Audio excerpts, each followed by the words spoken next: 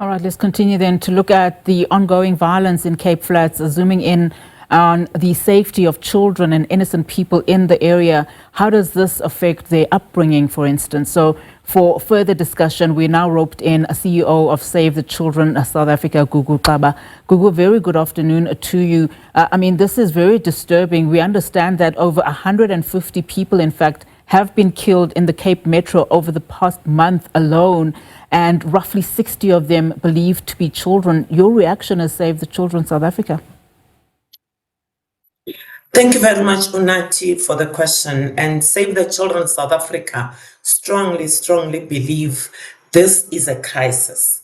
And we have been talking about it because remember, a month ago, we had another report in terms of 63 children in the Western Cape that were killed because of gangsterism. And we did indicate that this is actually saying 1 in every 2 to 3 days, a child is killed. So now this says we need to declare this as a crisis and make sure that all those communities understand the destruction that is happening to children because of the violence that is being escalated.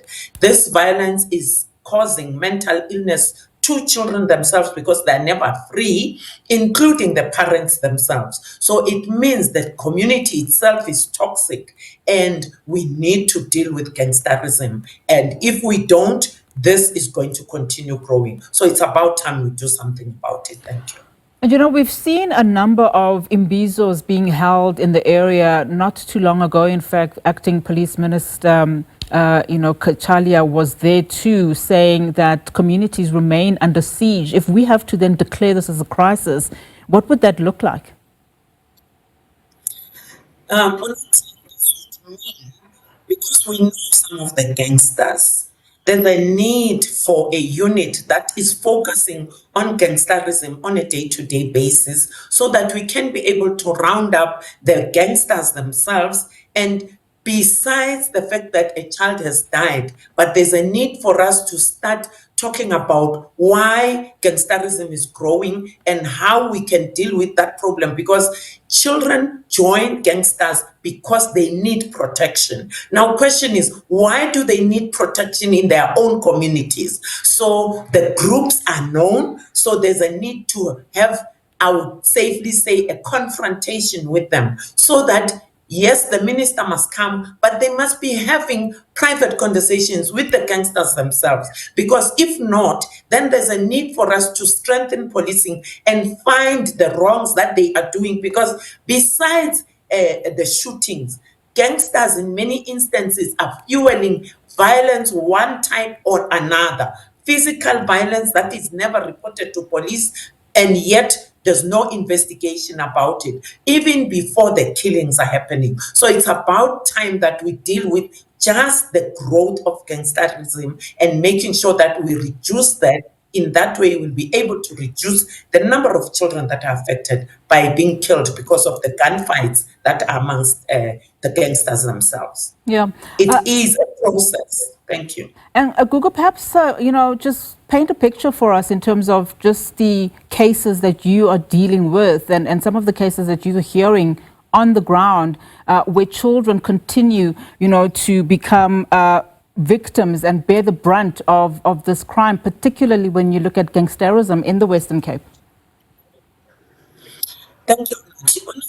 The feedback that we have is that firstly, when the gangster members are fighting amongst themselves, then you will have a stray bullet that will hit a child. Because even in the case of the 14-year-old, there were more than 4 bullets that were shot at this child and they hit the child's face. That tells you that there was wildfire that was being exchanged between the gangster members. So it means in many instances, it's because the gangsters are fighting amongst themselves. That is why we need to see how we deal with reducing gangsterism.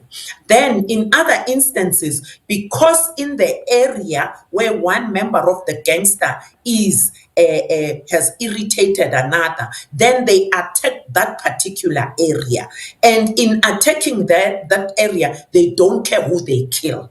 And in many instances, it's the children that become affected because they are playing outside. So those are the two common cases where they are fighting amongst themselves. The children have nothing to do with what they are fighting for. It's just that the community or the locality is known that this gangster is ruling here, and then another gangster will come into that particular community. So it's about time that the gangster members themselves understand that it's destroying the community, it's destroying the growth of children, the mental health status of children and their parents is affected by this. So let's make sure that we protect our own through the gangsters themselves. I know it's not going to be easy, but the police can have a strategy so that we have a team that's just focusing on that. And that means resources must be made available. Thank you. Ma'am Xaba, thank you so much for your time. Really do appreciate it. That's Save the Children South Africa's Gugu Xaba speaking to us there.